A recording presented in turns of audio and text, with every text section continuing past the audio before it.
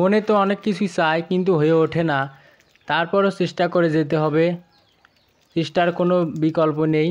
চেষ্টা করলে একদিন না একদিন ঠিক সফলতা আসবে। তো সফলতা পেতে হলে কষ্টের কোনো বিকল্প নেই, কষ্ট করতে হবে, কষ্টের মাধ্যমে সফলতা অর্জন করতে হয়। যদি আপনি কষ্ট না করি তাহলে কোনো দিনও আমরা সফল হতে পারবো না। কষ্ট করে তারপরে আস্তে আস্তে ধীরে ধীরে আমরা সফলতা অর্জন করতে পারবো। কষ্ট ছাড়া কিন্তু সফলতা সম্ভব নয়। নিরলস পরিশ্রম করে তারপরে সফলতা অর্জন করতে হয়। তো হ্যালো ভিউয়ার্স, আসসালামু আলাইকুম। সবাই কেমন আছেন? আমি আল্লাহর রহমতে আপনাদের দয়ায় ভালো আছি। তো আজকের ভিডিও আমি শুরু করছি। তো আমি হলো একজন ছোট্ট একটা ক্ষুদ্র খামারি। তো সারাদিন আমার খামারে যে প্রাণীগুলো আছে আপনারা অনেকে আমার ভিডিওর মাধ্যমে জানেন। গরু আছে, ছাগল আছে, আমার রাজহাঁস আছে, তারপরে আমার দেশি মুরগি আছে। তো এগুলো নিয়ে আমার দিন কেটে যায়, এগুলো নিয়ে আমার সময় কেটে যায়। মাঝে মধ্যে আবার আমার জমিতেও কাজ করতে হয়, কারণ যেহেতু আমরা সংসারী মানুষ, মানে আমাদের জমা আছে, আবাদ ফসল করা হয়, তার কারণে অনেক সময় আমার জমিতেও যেতে হয়। তো ধান আছে, আবার ভুট্টা আছে, এগুলোও করতে হয় মাঝে মধ্যে। তো ভিডিওর মধ্যে আমার ভিডিও দেখে অনেকে আমার কাছে রাজহাঁসের বাচ্চা নেওয়ার জন্য মানে মেসেজ দেয়। তো আমি দিতে পারি না, কারণ আমার ভিডিওতে আপনারা দেখলেনই আমার মাত্র 3টা রাজহাঁস। তো 3টা রাজহাঁস থেকে আমি যে মানে বাচ্চা পাই সেগুলো সব বিক্রি করে দেয় আর কি। অল্প হয় 10টা 12টা, সেজন্য আর বাচ্চা আমি দিতে পারি না আপনাদের কাছে। তো এই জন্য আপনাদের কাছে দুঃখিত। তো এখন আমি চলে যাচ্ছি ঘাস কাটতে। তো দেখতে পাচ্ছেন আমি ঘাস কাটতেছি, আমার খামারে যে গরু ছাগল আছে তাদের জন্য ঘাস কাটতেছি। তো এইভাবে প্রতিদিন কিন্তু আমাকে পরিশ্রম করতে হয়। পরিশ্রম না করলে কিন্তু আমি আজকে এত দূর আসতে পারতাম না। তো পরিশ্রম করে আল্লাহ আমাকে এত দূর নিয়ে আসছে। তো সব কিছুর ওপরে আল্লাহর রহমত, তারপরে আমার চেষ্টা।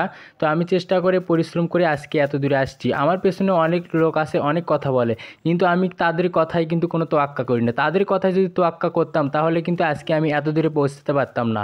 ইনশাআল্লাহ আল্লাহর রহমতে আজকে আমি প্রায় আনুমানিক অনেক টাকারই মালিক আল্লাহর রহমতে। তো আশা করছি ভবিষ্যতে আরও বড় একজন খামারি হতে পারবো ইনশাআল্লাহ। তো আল্লাহ যদি আমার পাশে থাকে আর আপনারা যদি আমার পাশে থাকেন তাহলে ইনশাআল্লাহ আমি একদিন সফল হতে পারবো। অনেকেই সফলতা পাওয়ার জন্য তাড়াহুড়ো করেন, কিন্তু খামার সেক্টরে সফলতা তাড়াতাড়ি আসে না ভাই। এই খামার সেক্টরে অনেক কষ্ট করতে হয়। 2-3 বছর যাবৎ কষ্ট করার পরে যে আপনার সফলতা আসবে। তো আপনি যদি খামার শুরু করেই সফলতা করে চিল্লাপাল্লা করেন তাহলে কিন্তু আপনার সফলতা আসবে না। দেখতে পাচ্ছেন আমাকে কত কষ্ট করতে হচ্ছে। জমি থেকে ঘাস তুলে আনি, এই ঘাসগুলোকে আবার ঝেড়ে ঝেড়ে আবার গরুকে দিতে হয়, ছাগলকে দিতে হয়। তো এইভাবে কষ্ট করেই তো আমি আজকে 2টা গরুর মালিক।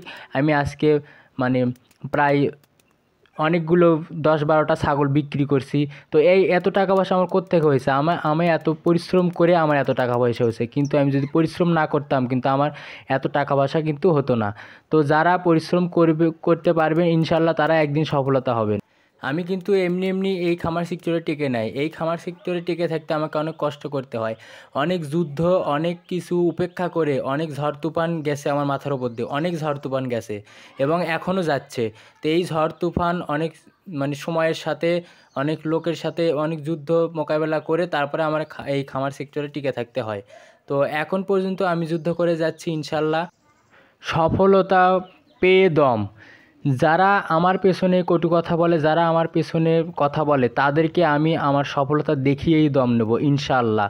আপনারা আমার পাশে থাকবেন, আমাকে সাপোর্ট করে যাবেন। তো এই তো এখন দেখতে পাচ্ছেন আমাদের ভুট্টা ক্ষেত। আমি ভুট্টা খেতে আসছি, এটা আমাদের ভুট্টা ক্ষেত। তো ভুট্টার মাথাগুলো কেটে দেওয়া হয়েছে। তো এখন আর কয়েকদিনের ভিতরে ভুট্টাগুলো উঠানো হবে। ভুট্টাগুলো পেকে গেছে, মোচাগুলো শুকিয়ে গেছে। তো আর কয়েকদিনের ভিতরে এই ভুট্টাগুলো আমরা উঠাবো আর কি জমি থেকে। এই তো দেখেন আমি সিলে দেখাচ্ছি আপনাদেরকে। ভুট্টাগুলো হয়ে গেছে, একদম পেকে গেছে। তো 2-4 দিনের ভিতরে ভুট্টাগুলো তুলবো। তো এই ভুট্টা ভুট্টারও কিন্তু খাটনি আছে। এই ভুট্টা তুলে আবার ভুট্টা শুকাতে হবে, তারপরে ভাঙতে হবে, তারপরে বাজারজাত করতে হবে। তো কোনো কাজই কিন্তু সহজ না ভাই। অনেক সব কাজেই কষ্ট আছে, কষ্ট করেই তারপরে সফলতা অর্জন করে। আমি যদি এই ভুট্টার চাষ করে যদি কষ্ট না করি তাহলে তো আমি এখান থেকে টাকা পাবো না। আর কষ্ট করার পরেই টাকা পাবো, তবে যে আমার সফলতা। তো যাই হোক, আজকের ভিডিও এই পর্যন্তই। সবাই ভালো থাকবেন, সুস্থ থাকবেন, আর আমার জন্য দোয়া করে যাবেন আমি যেন এই সেক্টরে সফল হই ইনশাআল্লাহ। আর আপনারা আমার পাশে থাকবেন। আমার ভিডিওটি যদি আপনাদের কাছে ভালো লেগে থাকে তাহলে লাইক এবং কমেন্ট করে শেয়ার করে আমার পাশে থাকবেন। আর আমার থেকে যদি কিছু জানার থাকে তাহলে কমেন্ট করে বলে যাবেন। সকলকে ধন্যবাদ। আসসালামু আলাইকুম।